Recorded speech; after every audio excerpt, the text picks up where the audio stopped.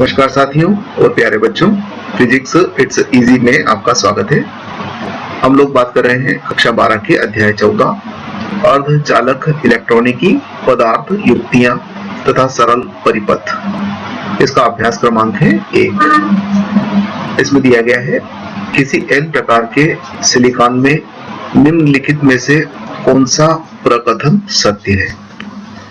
एक ऑब्जेक्टिव प्रश्न है जिसमें 4 कथन दिए गए हैं और हमें ये बताना है कि इनमें से कौन सा कथन सत्य है। तो सबसे पहले हम n प्रकार के सिलिकॉन की बात कर लेते हैं। देखिए, सिलिकॉन शुद्ध अवस्था में एक निज अर्धचालक कहलाता है और इसके बाह्यतम कक्षा में 4 इलेक्ट्रॉन होते हैं तथा क्रिस्टलीय संरचना इस प्रकार रहती है कि ये अपने आसपास के 4 सिलिकॉन परमाणुओं के साथ संयुक्त होकर एक अष्टक पूरा कर लेता है। यदि इसमें n प्रकार की अशुद्धि, n प्रकार का अर्धचालक बनाने के लिए हमें 5 संयोजी पदार्थ में से किसी भी पदार्थ की अशुद्धि का अपमिश्रण करना पड़ता है। तो यदि n प्रकार की अर्धचालक को बनाया जाता है तो इसमें 5 संयोजी अशुद्धि का अपमिश्रण किया जाता है। अब 5 संयोजी अशुद्धि का अपमिश्रण किया गया, इसका मतलब बाह्यतम कक्षा में 5 इलेक्ट्रॉन है, उसने जाकर एक सिलिकॉन को रिप्लेस किया।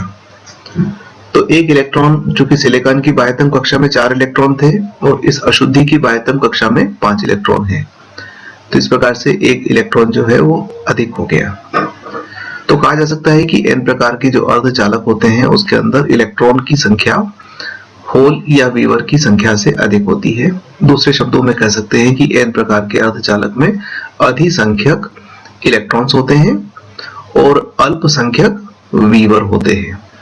और इस प्रकार के अर्धचालक को बनाने के लिए 5 संयोजी परमाणु का अपमिश्रण किया जाता है। यदि हम इन चारों में देखें तो इलेक्ट्रॉन बहुसंख्यक आवेशवाहक होते हैं, यह सही है, किंतु त्रिसंयोजी परमाणु अपमिश्रक है, यह गलत होने से ए वाला ऑप्शन नहीं होगा। बी ऑप्शन देखें तो इलेक्ट्रॉन अल्पसंख्यक आवेशवाहक हैं, ये यहीं पर गलत हो गया। सी वाले ऑप्शन में होल या वीवर अल्पसंख्यक वाहक हैं, यह सही है, और 5 पंच संयोजी परमाणु अपमिश्रक है, यह भी सही है। अर्थात हमारा सी वाला ऑप्शन तो सही हो गया। अब डी वाले को भी देख लेते हैं कि होल वीवर बहुसंख्यक वाहक हैं, ये गलत है। तो इस प्रकार से इन चारों ऑप्शंस में से सी वाला ऑप्शन हमारा सही है। अब देखिए, हम दूसरे प्रश्न पर जाते हैं। तो इसी अध्याय का दूसरा प्रश्न है, अभ्यास 14.1 में दिए गए कथनों में से कौन सा पी प्रकार के अर्धचालक के लिए सत्य है। अब पहला जो था वो एन प्रकार के अर्धचालक के लिए बात कर रहे थे पहले प्रश्न में। अब हम दूसरे प्रश्न में बात कर रहे हैं कि पी प्रकार का अर्धचालक है। तो पी प्रकार के अर्धचालक को कैसे प्राप्त किया जाता है। तो यदि हम शुद्ध अवस्था में सिलिकॉन में कोई त्रिसंयोजी अशुद्धि का अपमिश्रण करते हैं, अर्थात ऐसे पदार्थ का अपमिश्रण किया जाता है जिसकी बाह्यतम कक्षा में 3 इलेक्ट्रॉन हो, तो इस प्रकार से यह परमाणु एक सिलिकॉन को जाकर रिप्लेस करेगा, हटा देगा। तो 4 बाह्यतम कक्षा में 4 इलेक्ट्रॉन वाला परमाणु निकल गया और बाह्यतम कक्षा में 3 इलेक्ट्रॉन वाला परमाणु आ गया। तो एक वैकेंसी क्रिएट हो गई और उसी वैकेंसी का नाम है वीवर या होल। तो इस प्रकार से पी प्रकार का अर्धचालक प्राप्त होगा, नंबर 1 त्रिसंयोजी परमाणु के अपमिश्रण से। दूसरा, चूंकि इसमें इलेक्ट्रॉन की डिफिशियंसी है, कमी है, तो वीवर या होल अधिसंख्यक हो जाएंगे और इलेक्ट्रॉन अल्पसंख्यक होंगे। अब हम एक एक ऑप्शन पर बात कर लेते हैं कि इसमें इलेक्ट्रॉन बहुसंख्यक आवेशवाहक है, ये गलत है। बी वाला ऑप्शन है इलेक्ट्रॉन अल्पसंख्यक आवेशवाहक है, यह सही है, परंतु 5 संयोजी परमाणु अपमिश्रक नहीं है, इसलिए बी वाला ऑप्शन भी हमारा गलत हो गया। सी वाला ऑप्शन होल या वीवर अल्पसंख्यक आवेशवाहक है, यह गलत हो गया। और डी में कहते हैं कि होल वीवर बहुसंख्यक वाहक हैं, यह सही है, और त्रिसंयोजी परमाणु अपमिश्रक है, यह भी सही है। इस प्रकार से इसमें डी वाला ऑप्शन हमारा सही हुआ। अब आइए हम लोग अगले प्रश्न पर चलते हैं और अगला प्रश्न 14.3। इसमें कहा गया है कि कार्बन, सिलिकॉन और जर्मेनियम प्रत्येक में 4 संयोजक इलेक्ट्रॉन है। इनकी विशेषता ऊर्जा बैंड अंतराल द्वारा पृथक्कृत संयोजकता और चालन बैंड द्वारा दी गई है, जो क्रमशः EgC, EgSi और EgGe के बराबर है। अर्थात ये कार्बन के लिए ऊर्जा अंतराल है और ये जो है EgSi ये सिलिकॉन के लिए ऊर्जा अंतराल है और EgGe जो है यह जर्मेनियम के लिए ऊर्जा अंतराल है। हमें बताना है कि इनमें से कौन सा कथन सत्य है। तो हम सबसे पहले समझ लेते हैं कि ऊर्जा बैंड क्या चीज है। तो यदि देखा जाए तो हम क्रिस्टल संरचना में ऊर्जा बैंड को इस प्रकार से व्यक्त कर सकते हैं, जिसमें संयोजकता बैंड नीचे होता है और चालन बैंड ऊपर होता है और संयोजकता बैंड और चालन बैंड के बीच में ऊर्जा अंतराल पाया जाता है। इलेक्ट्रॉन जब बॉन्ड स्टेज में रहते हैं, बंधन में रहते हैं, बंधे रहते हैं, तो वो संयोजकता बैंड के अंदर इस ऊर्जा स्तर को ऑक्यूपाई करके रखते हैं और जब कोई इलेक्ट्रॉन ऊर्जा पाके मुक्त हो जाता है तो वह चालन करता है और इसको कहा जाता है कि वह संयोजकता बैंड से निकलकर चालन बैंड में पहुंच गया है। तो सामान्यतः यह कहा जाता है कि चालन बैंड के अंदर व्यूअर पाए जाते हैं और संयोजकता बैंड में इलेक्ट्रॉन्स पाए जाते हैं और इन दोनों के बीच में ये जो गैप है इसको ऊर्जा अंतराल कहते हैं। अर्थात किसी इलेक्ट्रॉन को संयोजकता बैंड से चालन बैंड में जाने के लिए इतनी ऊर्जा की आवश्यकता होगी और कोई इलेक्ट्रॉन जब चालन बैंड में जाता है अर्थात मुक्त होता है तभी वह विद्युत का चालन कर सकता है। अर्थात किसी इलेक्ट्रॉन को जब तक Eg के बराबर ऊर्जा नहीं मिलेगी वह चालन बैंड में नहीं जाएगा। यदि इनके संख्यात्मक मान देखें तो कार्बन के लिए ऊर्जा अंतराल का मान 5.4 इलेक्ट्रॉन वोल्ट है, अर्थात इलेक्ट्रॉन को इतनी ऊर्जा की आवश्यकता होगी।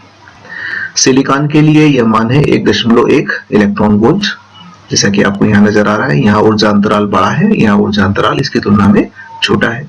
और यदि जर्मेनियम की लिए बात करें तो इसका ऊर्जा अंतराल 0.7 इलेक्ट्रॉन वोल्ट है। ये नियत राशियां हैं, अर्थात सबसे कम ऊर्जा अंतराल हुआ जर्मेनियम का, उससे ज्यादा हुआ सिलिकॉन का और सबसे ज्यादा हुआ कार्बन परमाणु का। तो अगर हम इन चारों ऑप्शंस में देखें तो इसमें हमें सी ऑप्शन सही नजर आता है कि EgC is greater than EgSi और EgSi is greater than EgGe। तो इसका सी वाला ऑप्शन हमारा सही है। अब आप देखिए चौथे वाले प्रश्न पर आते हैं और चौथा वाला प्रश्न कहता है कि बिना बायस पीएन संधि डायोड संधि से होल P क्षेत्र से N क्षेत्र की ओर विस्तृत होते हैं, क्यों? ऐसा क्यों होता है कि जब हमने बाह्य परिपथ में बाइसिंग नहीं कर रखी है, यानी कि न तो हमने P को उच्च विभव पर रखा न निम्न विभव पर रखा, तब भी यह देखा गया है कि होल P क्षेत्र से N क्षेत्र की ओर विस्तृत हो रहे हैं। इसका कारण क्या? तो A N क्षेत्र में मुक्त इलेक्ट्रॉन इन्हें आकर्षित करते हैं, ये बात सही नहीं है। B ये विभवांतर के कारण संधि के पार गति करते हैं, ये भी ठीक नहीं है। और C P क्षेत्र में होल सांद्रता N क्षेत्र में इनकी सांद्रता से अधिक है, ये ऑप्शन सही है। जिस प्रकार से गैसें जो है उच्च दाब से निम्न दाब की ओर प्रवाहित होती है, उसी प्रकार से अगर हम यहाँ पर बात करें तो ये वीवर उच्च सांद्रता से निम्न सांद्रता वाले क्षेत्र की ओर डिफ्यूज होते हैं, विसरित होते हैं। तो ये जो विसरण वाली बात है ये उच्च सांद्रता से निम्न सांद्रता की ओर होने से ये ऑप्शन हमारा सही है। उपरोक्त में से सभी ये ऑप्शन हो नहीं सकता क्योंकि ए और बी दोनों गलत हो चुके हैं। अब आइए हम लोग बात करते हैं प्रश्न क्रमांक 14.5 पर।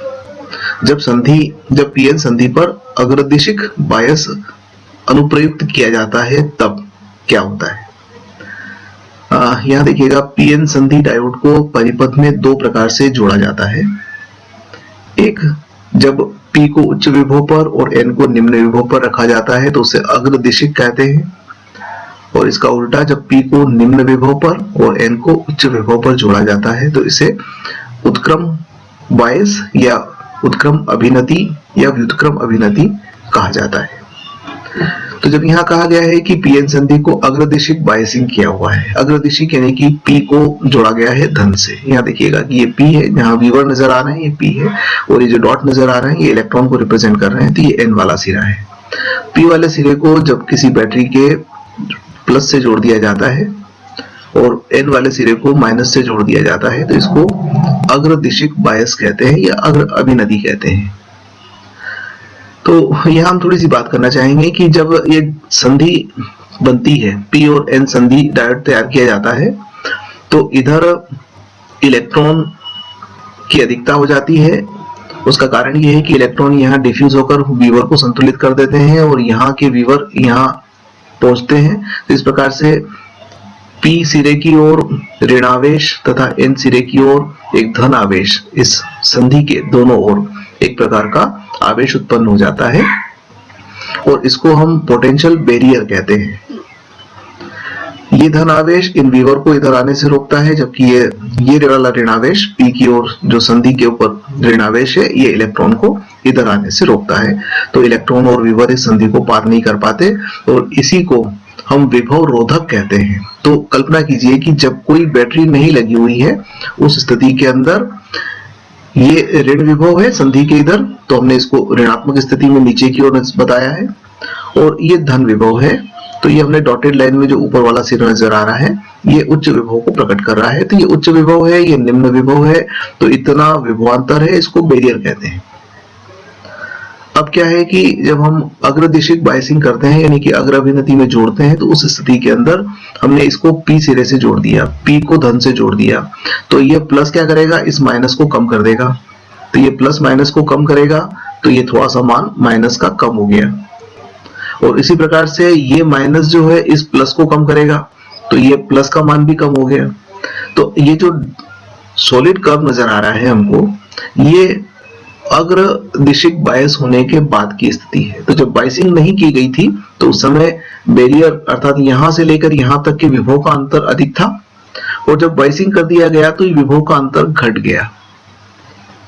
तो इस प्रकार से हम कह सकते हैं कि जब बायसिंग कर दिया जाता है, अग्रदिशिक बायस किया जाता है, तो रोधक विभव जो है वो कम हो जाता है।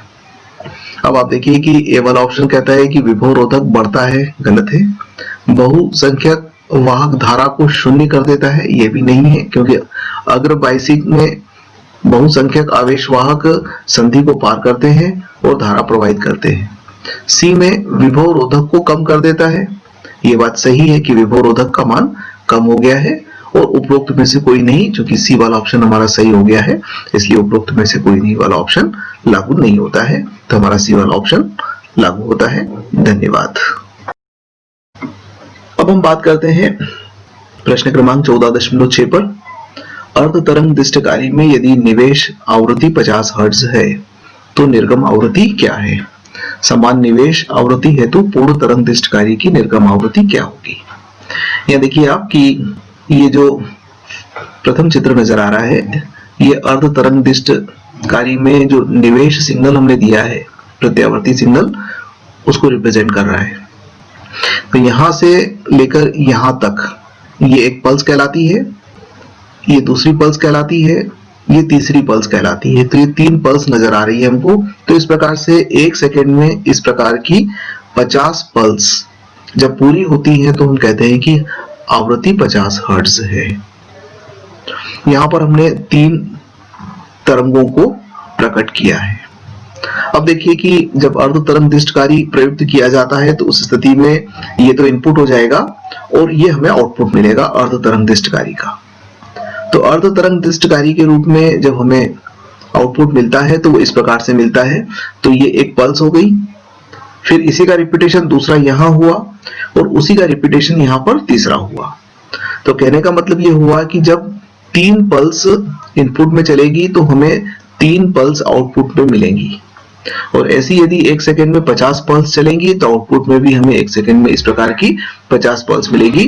अर्थात हम कह सकते हैं कि अर्ध तरंग दिष्टकारी में 50 हर्ट्ज की हमें आउटपुट फ्रीक्वेंसी या आवृत्ति प्राप्त हो जाएगी। तो निर्गम आवृत्ति का मान अर्ध तरंग दिष्टकारी में 50 हर्ट्ज होगा। फिर कहते हैं कि यदि इसी को हम पूर्ण तरंग दिष्टकारी में निवेश करें, तो क्या होगा? अब पूर्ण तरंग दिष्टकारी क्या करता है कि पूरी तरंग का दृष्टिकरण कर देता है, जैसा कि हमको इस तीसरे वाले चित्र के अंदर दिखाई दे रहा है। ये तीसरा वाला जो चित्र है, ये पूर्ण तरंग दिष्टकारी को प्रकट करता है। जो अर्धचक्र है, उसके संगत हमें धनात्मक अर्धचक्र मिल गया, और जो ऋणात्मक अर्धचक्र चला था उसके संगत भी हमें धनात्मक अर्धचक्र ही मिला। तब आप देखिए कि यहाँ पर जो पल्स चल रही है वो 1, 2, 3, 4, 5 और ये 6। तो जब इनपुट में 3 पल्स चली तो आउटपुट में हमें कितनी पल्स मिल गई? 6 पल्स मिल गई। अर्थात जो निर्गम आवृत्ति है वो निवेश आवृत्ति की 2 गुनी हो गई। जब ये 50 पल्स चलेंगी तो ये 100 हो जाएंगी। इस प्रकार से हम कह सकते हैं कि इसमें हमें जो पल्स मिलेंगी उसकी आवृत्ति निवेश आवृत्ति से 2 गुनी होगी, यानी कि 2 गुणित 50 लिख सकते हैं, या N3 बराबर हो जाएगा 100 हर्ट्ज। ये हमारा उत्तर है। धन्यवाद।